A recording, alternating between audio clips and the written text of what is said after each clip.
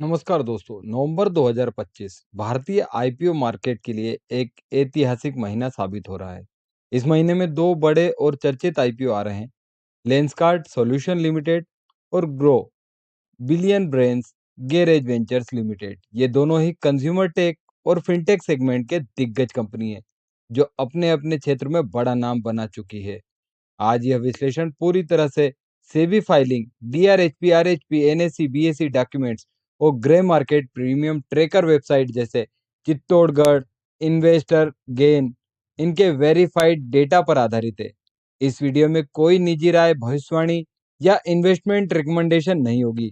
केवल तथ्यपरक, शैक्षणिक और पारदर्शी जानकारी मिलेगी। 2025 में भारत में इक्विटी पार्टिसिपेशन बढ़ रही है। डीमेट अकाउंट की संख्या 15 करोड़ से अधिक हो चुकी है और फिनटेक तथा कंज्यूमर टेक दोनों सेक्टर में तेजी से विकास हो रहा है। ऐसे में ये दोनों आईपीओ निवेशकों के लिए महत्वपूर्ण अवसर प्रस्तुत करते हैं। लेंसकार्ट सॉल्यूशन लिमिटेड, इसकी स्थापना 2008 में पीयूष बंसल ने की थी। कंपनी का हेडक्वार्टर गुरुग्राम, हरियाणा में स्थित है। लेंसकार्ट एक technology driven vertically integrated eyewear company है, जो prescription eye glasses, sun glasses, contact lenses और एसेसरी का डिजाइनिंग, मैन्युफैक्चरिंग, ब्रांडिंग और रिटेलिंग करती है। कंपनी के ब्रांड में लेंसकार्ट, जॉन जेकब, विंसेंट और लेंसकार्ट एयर शामिल है। मार्च 25 तक लेंसकार्ट ने ग्लोबली 2,723 स्टोर्स ऑपरेट किए, जिनमें से 2,067 भारत में और 656 overseas Singapore, UAE, Thailand, Japan आदि में है। रीड शेयर रिपोर्ट के अनुसार एफआई 2025 में लेंसकार्ट भारत में बी2सी सेल्स वॉल्यूम के हिसाब से इंडिया का लार्जेस्ट और एशिया टॉप 2 ऑर्गेनाइज पार्टिसिपेशन आई ग्लास रिटेलर में से एक है। यदि हम फाइनेंशियल की बात करें तो एफआई 23 में कंपनी ने 3,788 करोड़ का रेवेन्यू जनरेट किया, जो 24 में बढ़कर 5,428 करोड़ और 25 में 6,653 करोड़ हो गया। यानी लगातार 22 से 23% की वाईओवाई ग्रोथ।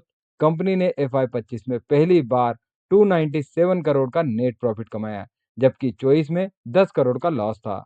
ग्रो की स्थापना 2016 में 4 एक्स फ्लिपकार्ट कलीग्स ललित केसरे, हर्ष जैन, ईशान बंसल और नीरज सिंह ने की थी। हेडक्वार्टर बेंगलुरु में है। ग्रो एक leading direct to consumer digital investment platform है, जो stocks, mutual fund, derivatives, IPOs, bonds, ETF, digital gold और यूएस स्टॉक में इन्वेस्टमेंट की सुविधा देता है। जून 25 तक ग्रो इंडिया का लार्जेस्ट और फास्ट ग्रोइंग इन्वेस्टमेंट प्लेटफॉर्म है। एनएससी एक्टिव यूजर के हिसाब से 12.58 मिलियन एक्टिव क्लाइंट और 26.27% मार्केट शेयर के साथ इसी पीरियड में मार्च 23 में यह संख्या 5.37 मिलियन और मार्केट शेयर 15.09% थी। यदि हम फाइनेंशियल परफॉर्मेंस की बात करें तो एफआई 2023 में रेवेन्यू 1,142 करोड़ था, जो एफआई 2024 में बढ़कर 2,609 करोड़ और एफआई 2025 में 3,902 करोड़ हो गया। 127.70% का CAGR. Profit before tax FI 25 में 2,446 करोड़ रहा, जबकि एफआई 2024 में 618 करोड़ का लॉस था। Related one time tax expense के कारण नेट प्रॉफिट 25 में 1,824 करोड़ रहा, जो 46.8% का नेट मार्जिन दर्शाता है। यहाँ पर हमने दोनों कंपनियों का कंपैरिजन करके आपको दिखाया है। आप एक बार इस स्लाइड को पॉज करके ये पूरी डिटेल देख सकते हैं साथियों। अब बात करते हैं आईपीओ के डिटेल एनालिसिस पर, जिसमें हम बात करेंगे लेंसकार्ट ग्रो आईपीओ के विवरण, शेयर होल्डिंग पैटर्न और तुलनात्मक विश्लेषण पर। सबसे पहले बात करेंगे लेंसकार्ट सॉल्यूशन आईपीओ के इश्यू साइज का, जो कि है 7,278.02 करोड़। फेस इश्यू है 2,150 करोड़। वहीं पे ऑफर फॉर सेल है 5,128 का, लगभग 12.76 crore equity share. Price band है 382 से 402 प्रति शेयर। फेस वैल्यू है 2 का। Lot size 37। जो इन्वेस्टमेंट करेंगे तो मिनिमम इन्वेस्टमेंट होगा 14,874 अपर ब्रेंड पर। सब्सक्रिप्शन डेट है 31 अक्टूबर से 4 नवंबर। अलॉटमेंट होगा 6 नवंबर को। लिस्टिंग है 10 नवंबर को। एंकर इन्वेस्टमेंट का अलोकेशन है 30 अक्टूबर को 3,268 करोड़। ओएफएस में selling share holder promoter Piyush Bansal 2 crore share बेचेंगे। साथियों ध्यान दें, यही पीयूष बंसल ने आज से 3 महीने पहले इनके शेयरों को खरीदा था। आज ये अपने टिका के दूसरों को जाना चाहते हैं। अब बात करते हैं हम ग्रो के बारे में। इनका इश्यू साइज है 6632, फ्रेश इश्यू है 1060, ऑफर फॉर सेल है 5572, प्राइस बैंड है 95 टू 100, फेस वैल्यू है 2 का, लॉट साइज में 150 शेयर आएंगे 15,000 अपर बैंड पर। सब्सक्रिप्शन है 4 से 7 नवंबर। यहाँ पर 3 नवंबर को एंकर इन्वेस्टमेंट बीडिंग है। अलॉटमेंट डेट है 10 नवंबर, लिस्टिंग होगी 12 को। ओएफएस में सेलिंग शेयर होल्डर रहेंगे। वापिस ललित केसरी और ये प्रत्येक 10 लाख शेयर बेच रहे हैं। शेयर होल्डिंग पे बात करते हैं। लेंस कार्ट में प्री आईपीओ शेयर होल्डिंग रहेगी 19.85%, कुल 33.45 करोड़ शेयर, जो पीयूष बंसल जैसे कि मैंने बताया उन्होंने जादू से 3 महीने पहले खरीदे, क्योंकि इनका आईपीओ आ नहीं पा रहा था। अब इनको चिपकाना था तो इन्होंने खरीद के वापिस बेच देंगे ये 3 महीने के अंदर। और पोस्ट आईपीओ के बाद 17.52% ही बचेगा प्रमोटर के पास। बाकी का पब्लिक को चिपका देंगे 82.48% का। प्रमोटर पहले ही कम थे 19.85, और आईपीओ के बाद यह घटकर 17.52% हो जाएगी। यह एक कंसर्न हो सकता है, क्योंकि ओएफएस का 70.46% हिस्सा है।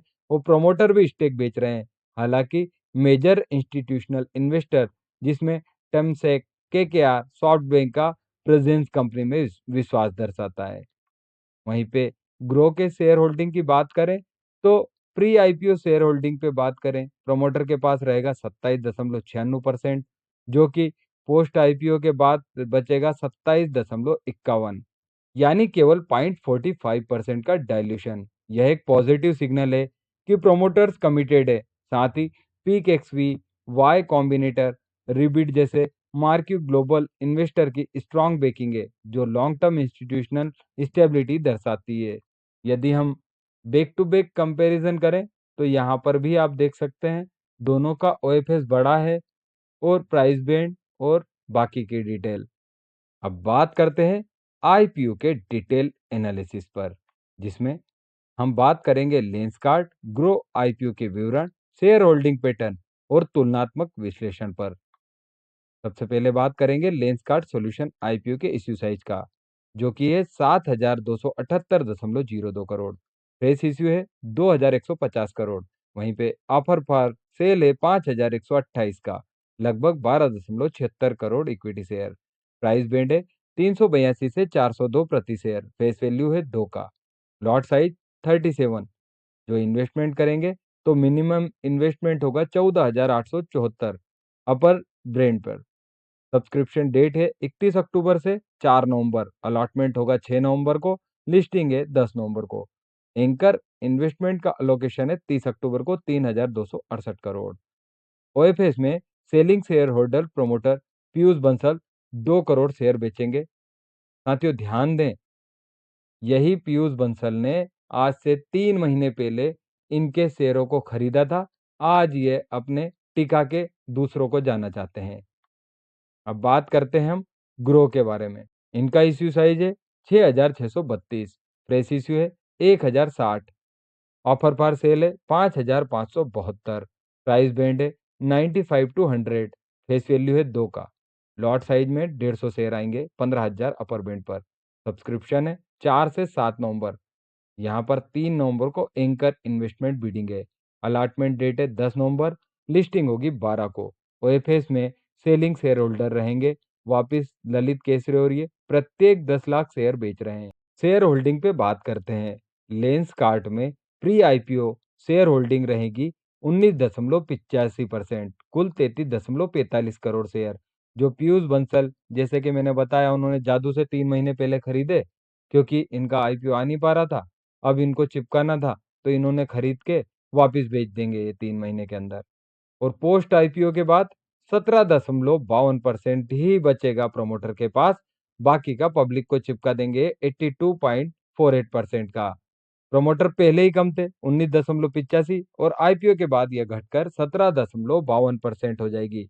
यह एक कंसर्न हो सकता है, क्योंकि ओएफएस का 70.46% हिस्सा है, वो प्रमोटर भी स्टेक बेच रहे हैं। हालांकि मेजर इंस्टीट्यूशनल इन्वेस्टर जिसमें टेमसेक, केकेआर, सॉफ्टबैंक का प्रेजेंस कंपनी में विश्वास दर्शाता है।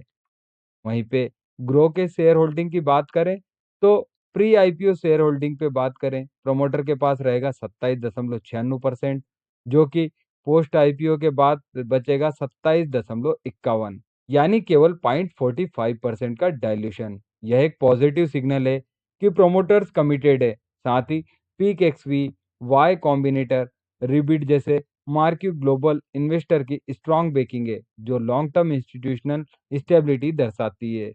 यदि हम बैक टू बैक कंपैरिजन करें तो यहाँ पर भी आप देख सकते हैं दोनों का ओएफएस बड़ा है और प्राइस बैंड और बाकी की डिटेल। अब वापस से कंपनी के फाइनेंशियल परफॉर्मेंस पे बात करते हैं, जिसमें हम फाइनेंशियल परफॉर्मेंस की समरी, फाइनेंशियल एनालिसिस दोनों का और वैल्यूएशन एनालिसिस करेंगे।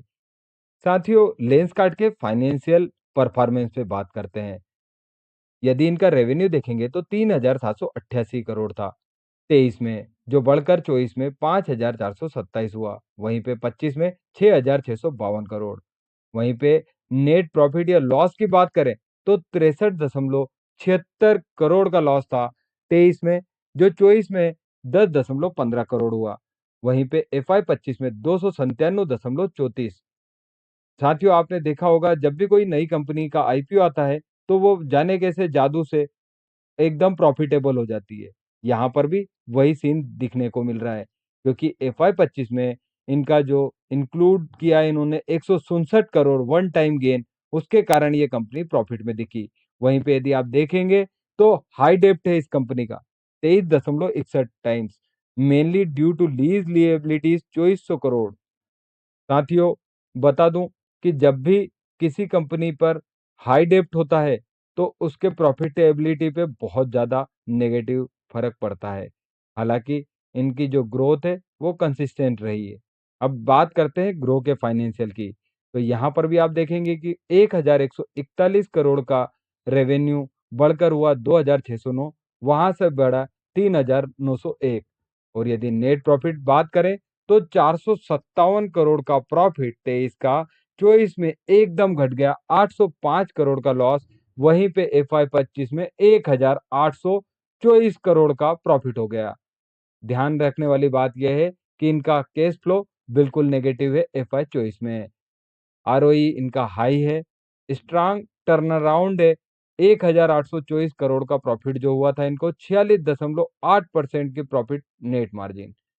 डेब्ट टू इक्विटी जरूर इनका बहुत शानदार है 0.07%, यानी ये एक डेब्ट फ्री कंपनी है।